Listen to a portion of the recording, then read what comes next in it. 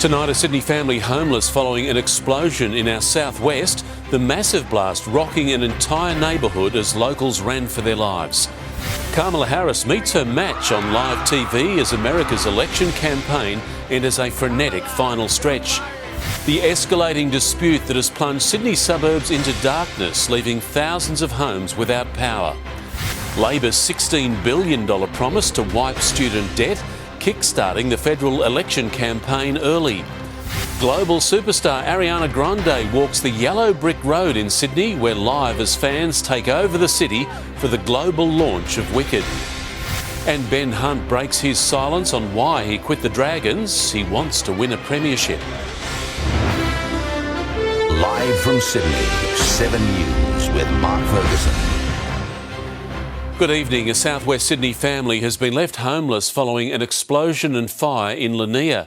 The massive blast rocked the neighbourhood, leaving one man badly injured. Tonight it's under investigation, with detectives trying to work out if the blaze was deliberately lit.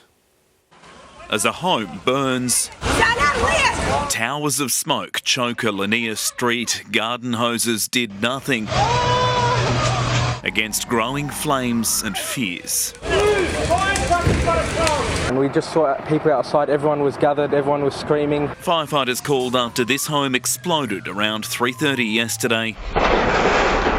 I heard like a bomb. Straight away, not even 1 second, the house is gone. Inside the main house, 2 women and an 8-month-old baby luckily escaped uninjured. My mom and my sister-in-law and the little baby, they are good now. That's why I feel relief. But a 55-year-old man in a self-contained unit at the front where the blaze began was badly burnt. He was transported by ambulance and is still in hospital. It's hard to pin that down to origin and cause at this point in time. It's understood he'd only moved in days ago, seeking help from the family's NDIS support business. Fire investigators today called in to determine what caused the explosion and fierce fire that followed, picking through the broken building, seizing LPG bottles and gas cookers. While this fire is suspicious, detectives are now trying to determine whether or not it was deliberately lit or simply an accident. Still waiting to speak with that 55-year-old man who's now in a serious condition in a specialist burns unit. The family home will have to be demolished. They'd only finished renovations months ago.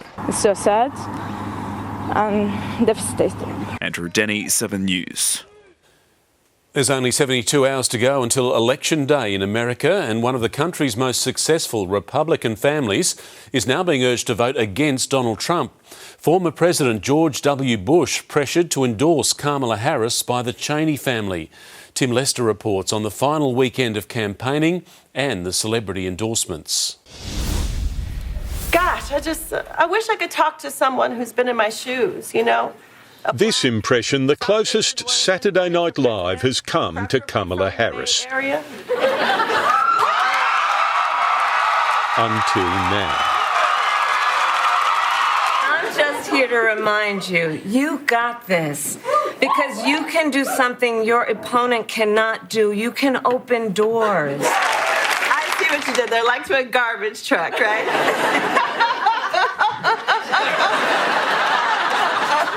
Really laugh like that, do I? A little bit. Now, Kamala, take my Pamela. A surprise appearance on the American TV institution. And live from New York as more big-name entertainers speak out in fear of a Trump comeback. I wrote that song shortly after the insurrection of January 6th. Also spooked, the man who stared down snakes in far-off lands. When dozens of former members of the Trump administration are sounding alarms, saying, for God's sake, don't do this again. You have to pay attention. But one endorsement the Democrats want, they can't get. I can't explain why George W. Bush hasn't spoken out, but I think it's time.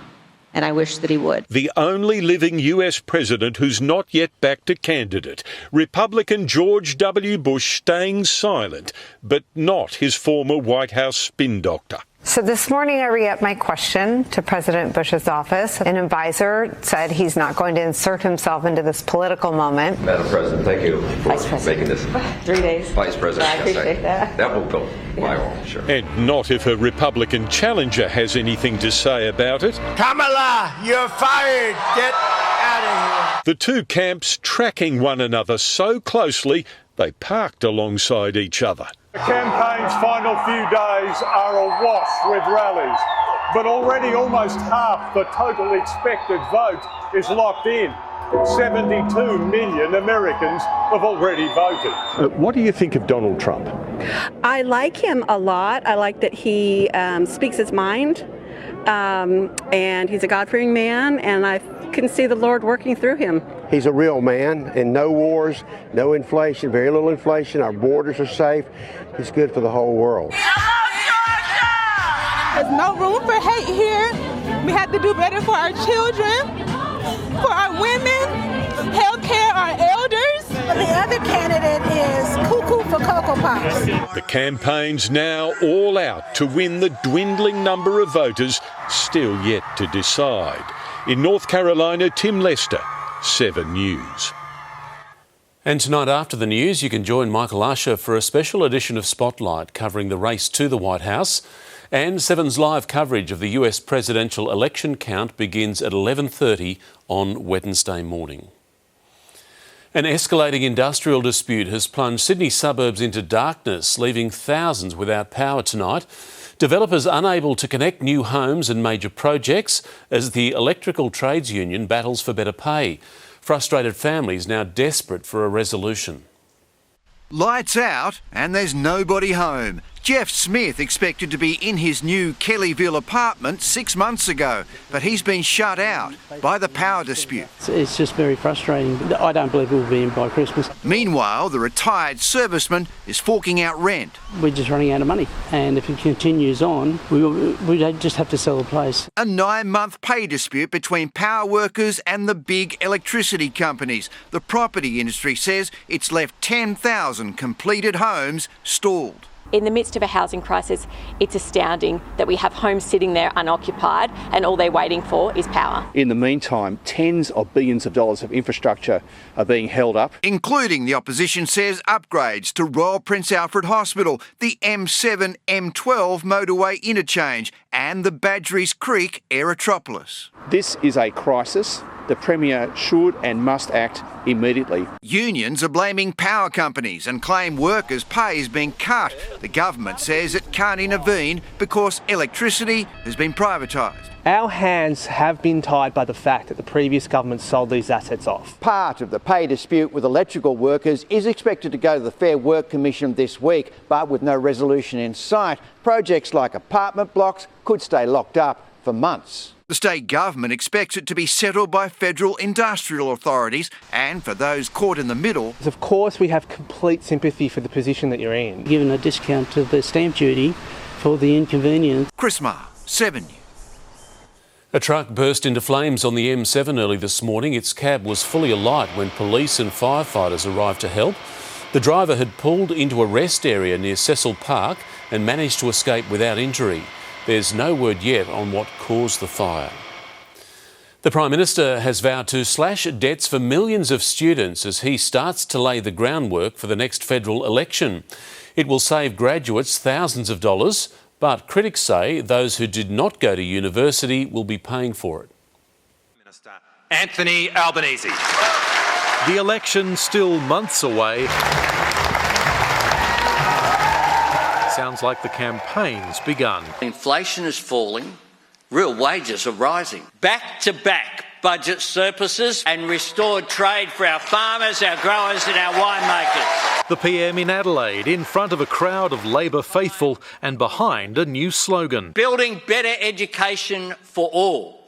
Building more homes for Australians. Deputy Richard Miles targeting the opposition. Australians will be worse off with Peter Dutton. Bullying and blocking instead of building, wrecking and whinging instead of working. And today's big pitch to voters. A re-elected Labor government will take 20% off student debt for everyone who has one. And 3 million Australians do. For the average debt of just over $27,000, a saving of around $5,500. It's a key issue for the Greens, demanding it should be cut now instead of July next year. Student debt relief should not be dangled as a carrot or held hostage to the result of the next election. The opposition labelling it unfair. All Australians will pay the price. Where is the $16 billion going to come from? Economist Chris Richardson welcomed yesterday's raising the income threshold for repaying debt as sensible, but called today's plans to wipe 20% of it. Absolutely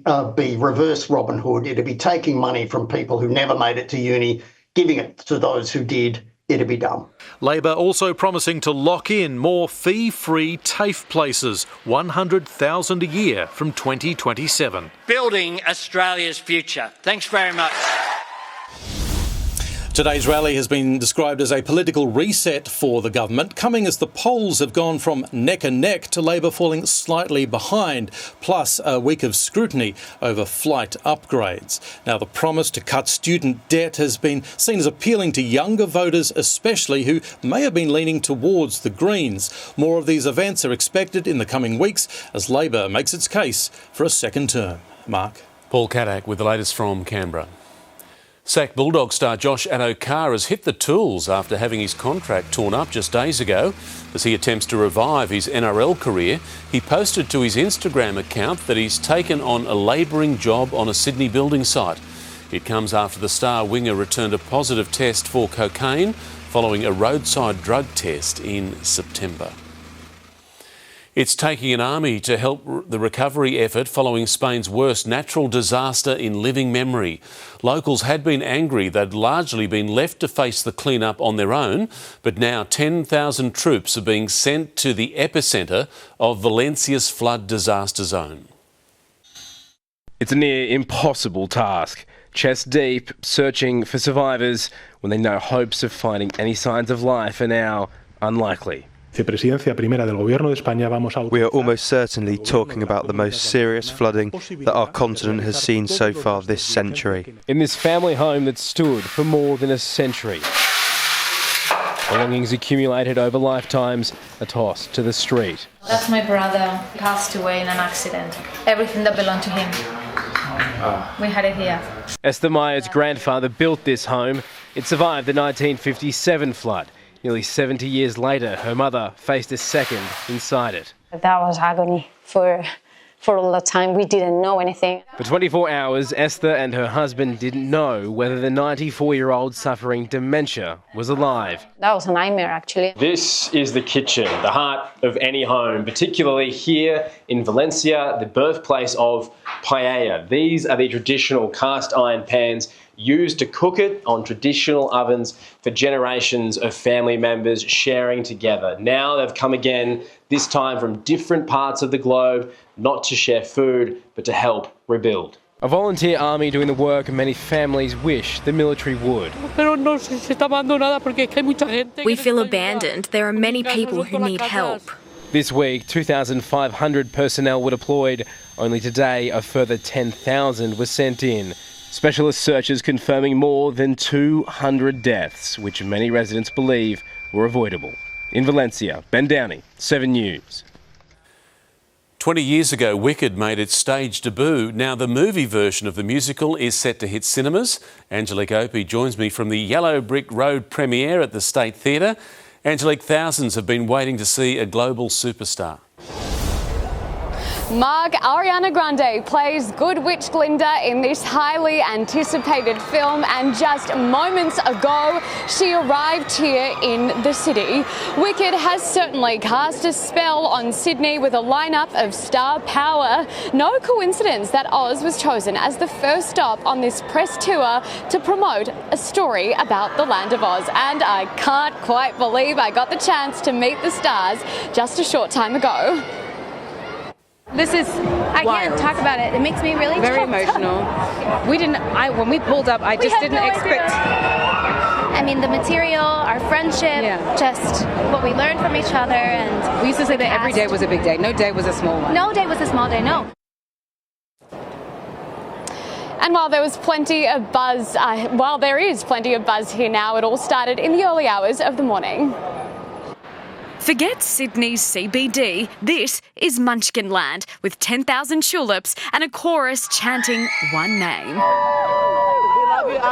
For die-hard fans, seeing Ariana Grande is nothing short of serious business. I got here at like 8 a.m, I guess, yesterday. Over 24 hours, probably 27 hours now. No sleep, haven't slept yet. Standing out from the crowd. I've gone neon green for my favourite musical. Man, I hope work doesn't mind. And bringing a touch of romance. We're here from Melbourne, just got engaged and hoping to invite Ariana Grande to our wedding. For the Wicked premiere, hundreds have queued up along Sydney's Pitt Street Mall. It's crazy. I just dragged him along. I'm very excited to be here. Plenty of parents, including Ariana Grande's mum herself. You'll see her at some point. She was so sweet to everyone, talked to us for a little bit. As Market Street shut from 10 a.m, shop fronts were showing off their best pink and green, and Lego launched a life-sized version of the stars, these witches proving to be one word: popular. I know about popular. Angelique Opie, 7 News. Aussie star Margot Robbie has become a mum. It's believed the 34-year-old went into labour shortly before her due date, giving birth to a healthy baby boy. Her mother now flying from Australia to meet the newborn. Margot's husband Tom Ackley has been seen stocking up on baby supplies and wine near their LA home. The sacrifice Australian troops made in New Guinea during World War II was remembered today. A service was held at the Kokoda Track Memorial Walkway at Concord, where 4,000 knitted poppies were placed to remember the fallen. After months of bitter fighting against Japanese troops, the Australian flag was finally raised in the village of Kokoda on this day in 1942. Time to check the weather now with Angie Asimus. Angie, it was a warm one today. Mark, quite a turnaround after yesterday. Today's top was 8 degrees warmer and locals were not letting the opportunity pass them by. Activities on the water certainly drew a crowd, from jet skiing on the Georges River to enjoying a dip in the ocean. Lots of people. We reached 29 degrees in the CBD, while our west recorded a late surge to reach 33. A ridge of high pressure is drawing that increasingly warm air across the state. 40 degrees in the northwest corner, 36 at Griffith and 32 at Tamworth today. But a cold front is moving over the southeast and that will have an impact. So it is cooler and cloudy tomorrow, even some wet weather in the mix. That full forecast coming up soon, Mark. OK, Angie, thank you. Making Sydney's nightlife safer. Just ahead, your exclusive look inside a major police operation on city streets. Only 7 News joins police on the front line. The fight to free a driver trapped in this Mount Druitt smash. Major developments in the rape claims against comedian Russell Brand. The search for a cure for Parkinson's disease, how you can help, that's after sport. And the shark banana voted best of the bunch. Welcome back. Firefighters had to free a man trapped inside his car after crashing into a brick fence in Mount Druitt just before 10 last night. He was taken to Westmead Hospital in a serious condition. A second driver slammed into the wall as well, but escaped without injury. The cause of the crash is under investigation. Rich lister Justin Hems has been the target of a terrifying altercation at his Vaucluse mansion. A man claiming to be a bikie allegedly knocked on his door, aggressively demanding money. Hems wasn't home at the time, but it's understood police have been worried for the billionaire's safety following the incident that happened in July. Police have launched a blitz on alcohol-related violence across Sydney nightclubs, pubs and other entertainment precincts. In the lead up to Christmas, patrons are on notice. Police are ready to act against anyone or any venue doing the wrong thing.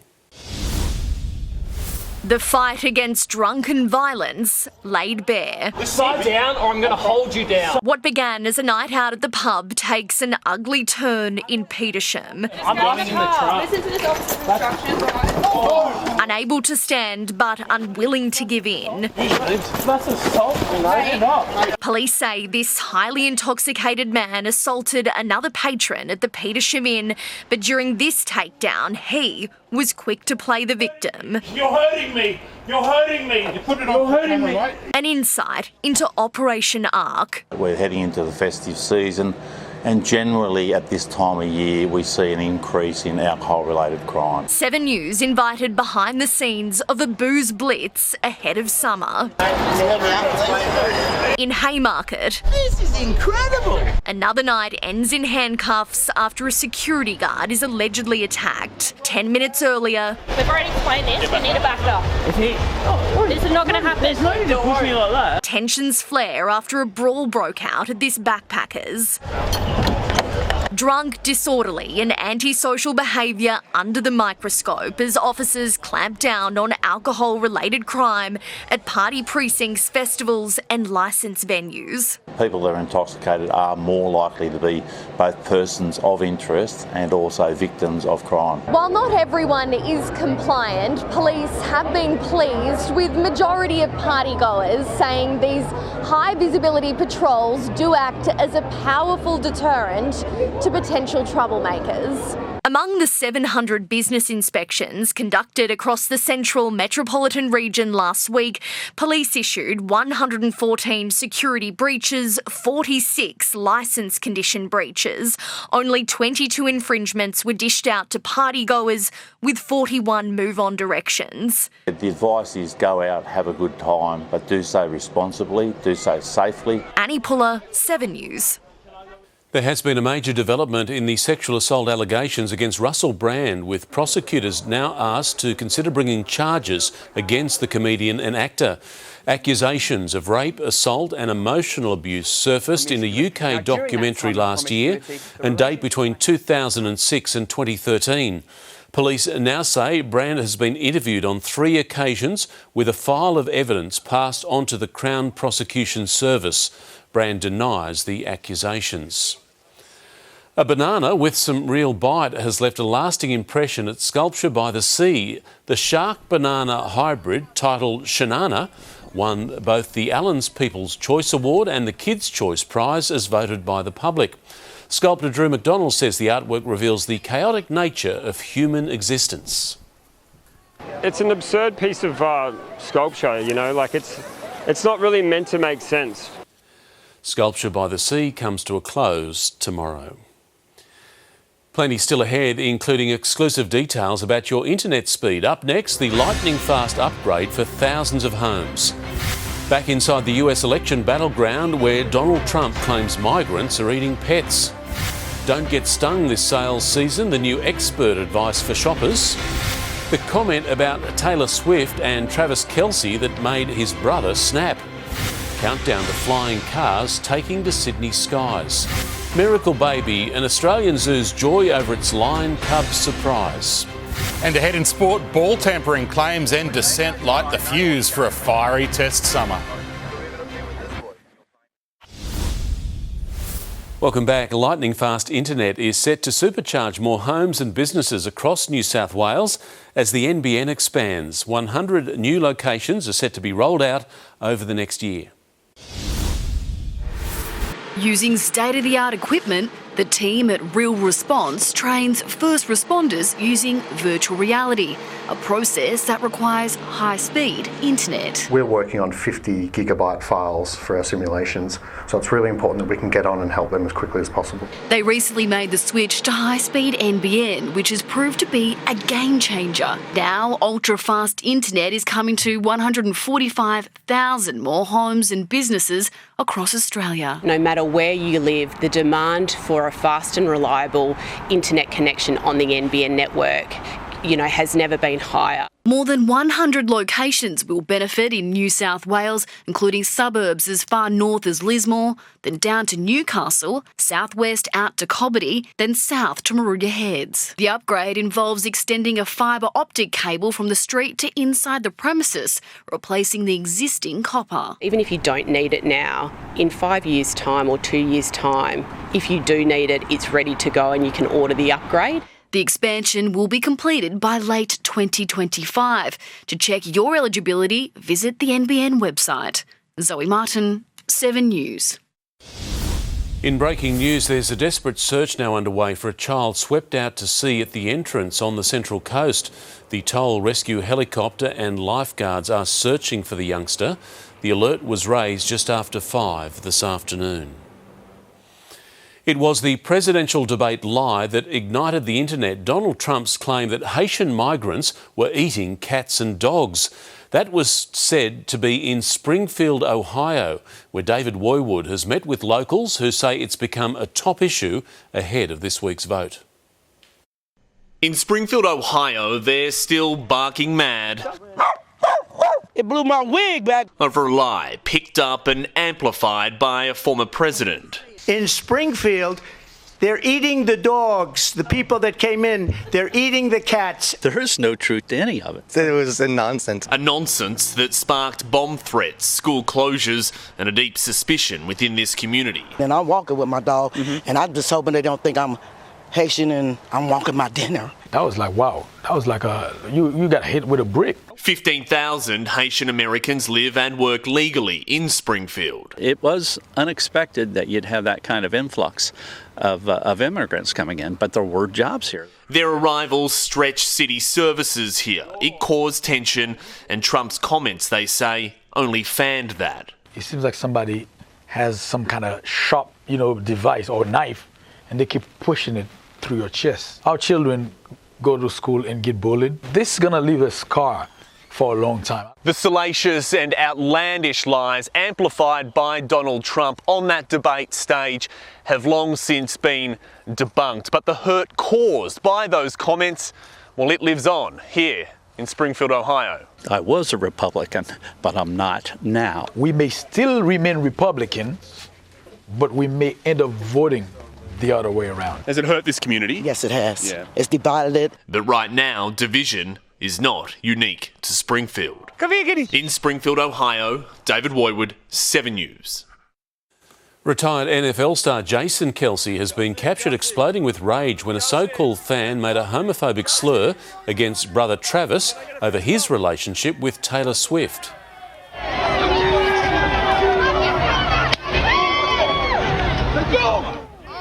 Kelce was chased down after taking off with the fan's smashed phone before another verbal altercation.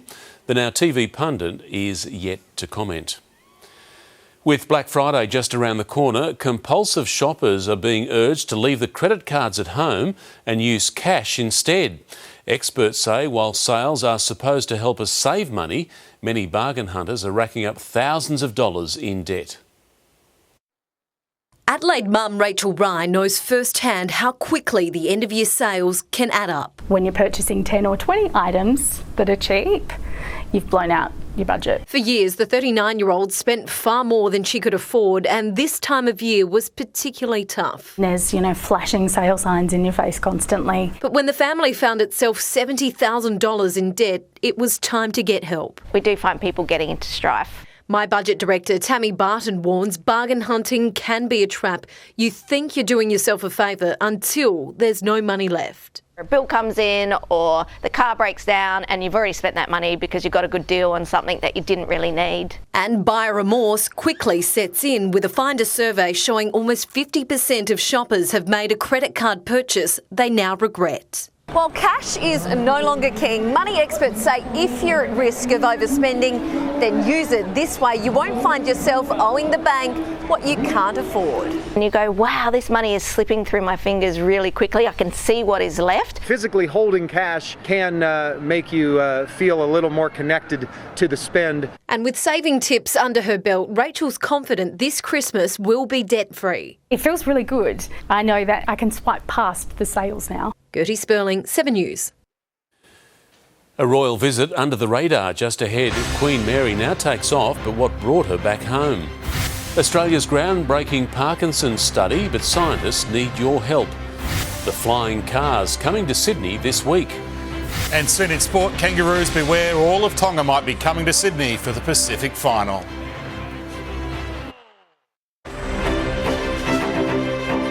Welcome back. Queen Mary has kept a low profile during her latest trip home, but she was spotted at Sydney Airport with her twins on her way back to Denmark. It's understood Mary had been in Hobart for her niece's wedding. Her husband, King Frederick, did not join his wife on the trip. If you spot a flying car in Sydney's skyline this week, don't be alarmed. It's all part of the Sydney Electric Vehicle Car Show that launches at the International Convention Centre on Friday. One of the exhibitors, a Chinese manufacturer Xpeng, will have their latest model on display. It comes days after the opening of its warehouse, where they will be able to manufacture 10,000 flying cars per year. There's a growing educational gap between children who can and can't access internet-connected laptops at home. Closing the digital divide is the priority of the Smith family's Christmas appeal this year, hoping to raise millions to help our most disadvantaged students. 12-year-old Maddie is about to head on a new educational adventure. She starts high school next year. I do want to make new friends. So I will be a little bit nervous. So too Mum Kelly, but for different reasons. It's quite hard to try and juggle everything and doing it on my own with one income. Recently relying on the Smith family to make ends meet. The back to school uniforms and pencils and pens, stationeries, all that, it's been a godsend to have that little bit of help. Today's economy means paying for school supplies is harder than ever. Often it means that there's additional things that you need to fund for your child, including a digitally connected laptop. Far more costly than pens and paper, electronic devices are now considered essential for high school students. Homework too can't be completed without connecting to the internet. But a quarter of Year 10 students and 40% of Year 6 students don't have access to a suitable device outside school.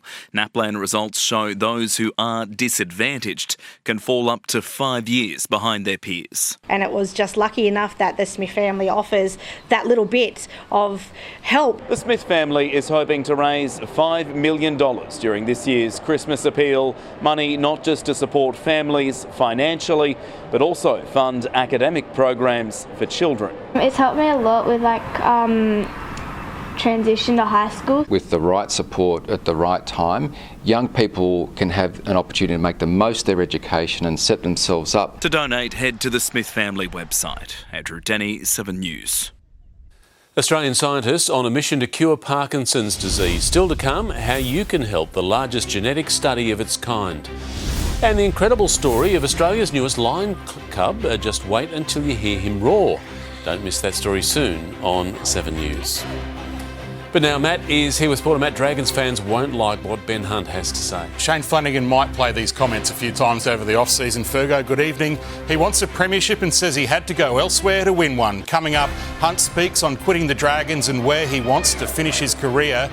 And a ball-tampering drama before Pat Cummins gives his biggest hint on Australia's new opener.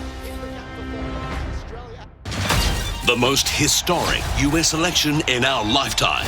Kamala Harris versus Donald Trump. The first female president or the comeback of the century? The impact down under could be huge.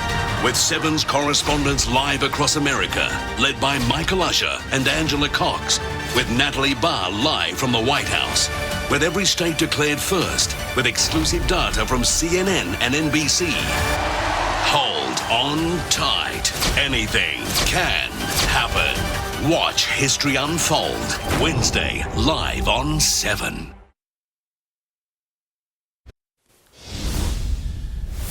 Ben Hunt says he left the Dragons to enjoy his footy and win a premiership before his career ends. He made it clear returning to the Broncos is his first choice.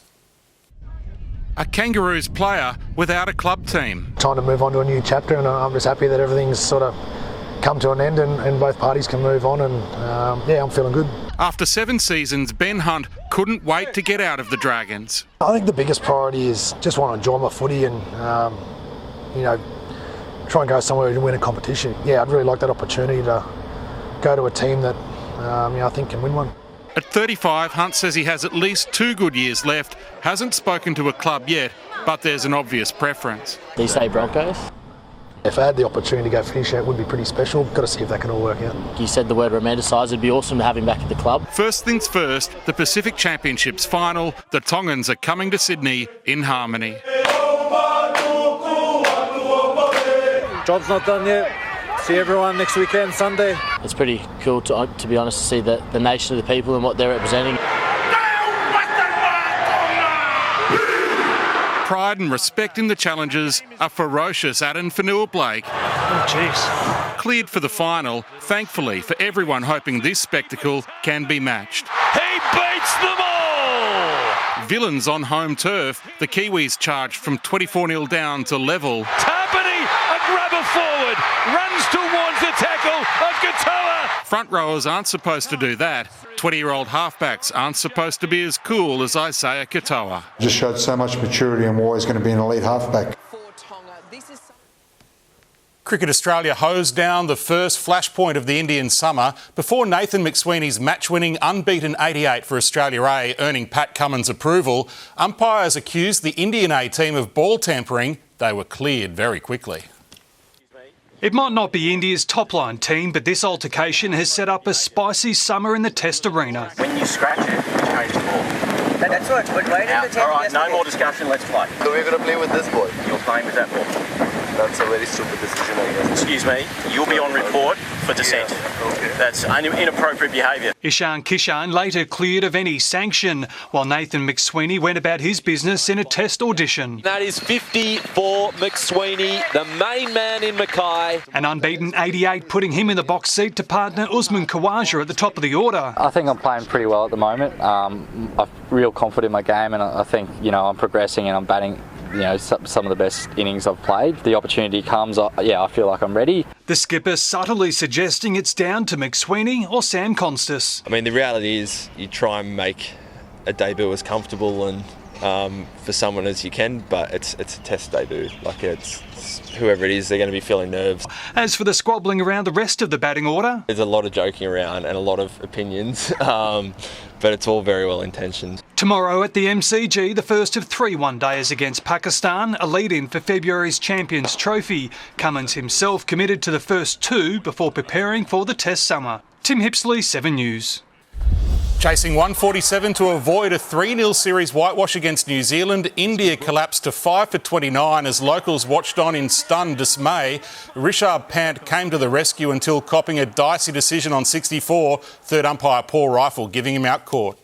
Whoa, whoa, whoa, whoa. What a moment in this Test match.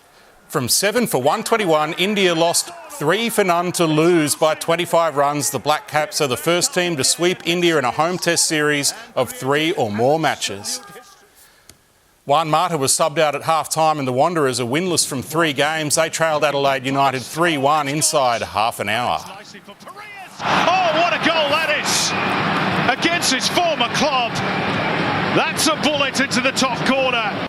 4-3 in the end. There were some good signs for Western Sydney. Macarthur FC scored first against Melbourne Victory, but were beaten 2-1. Reno Piscopo with a stunning match winner.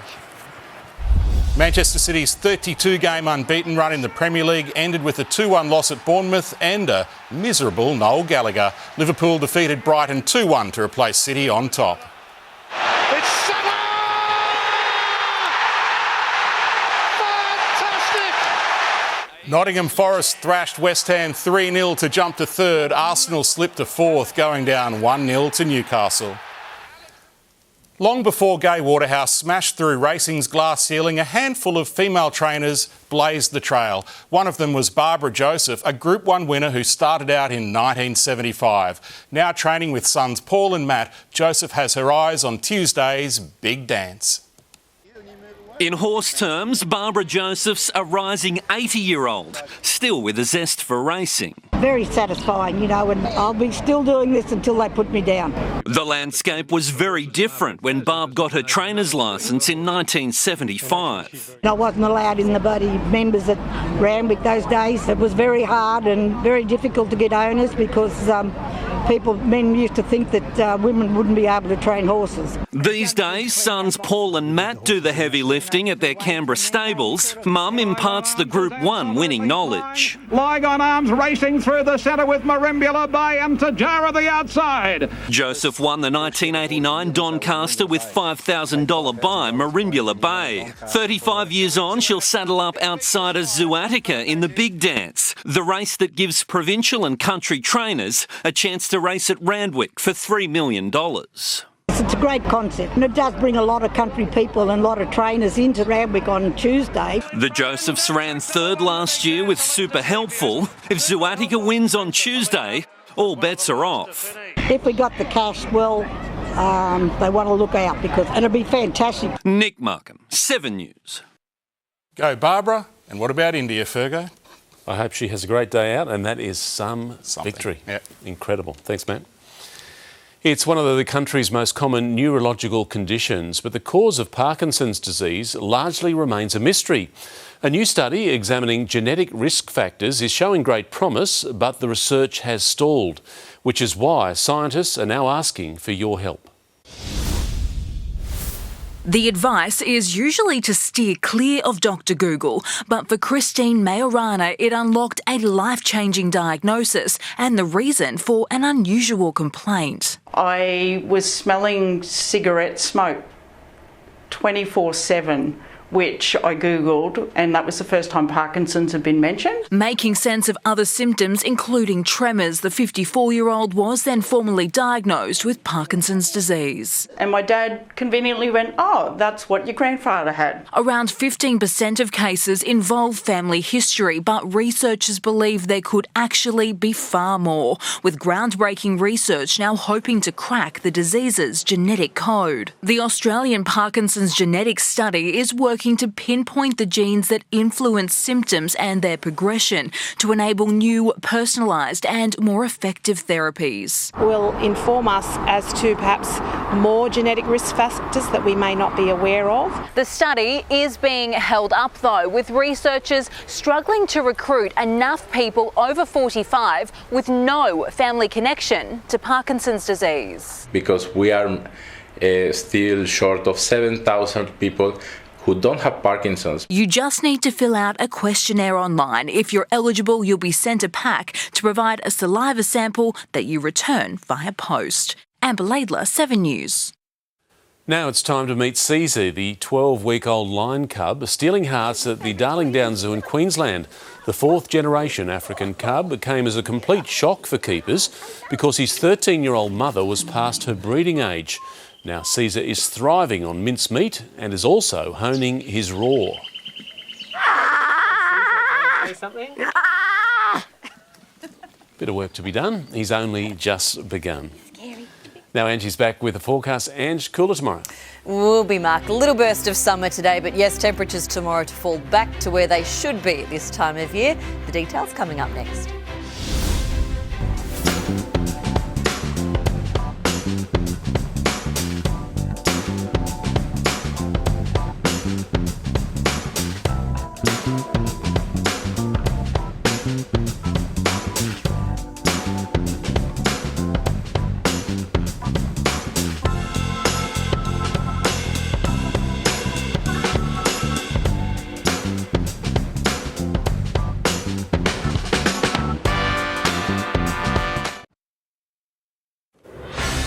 Tonight's 7 News headlines: a desperate search is now underway for a child swept out to sea off the Central Coast. An 8-month-old baby is among those to survive a mysterious house explosion in Lanier. And superfans have packed the CBD with the Yellow Brick Road rolled out for the world premiere of Wicked. Now here's Angie with the latest on Sydney's weather. Thank you, Mark. Despite it being quite overcast at times, warm northerly winds helped drive up temperatures today. The CBD ended up with a top of 29. That's 5 above the long-term average. It was considerably warmer in our west, with hot air being dragged across from the northwest, adding a little more punch. 33 degrees at Richmond, Penrith and Parramatta.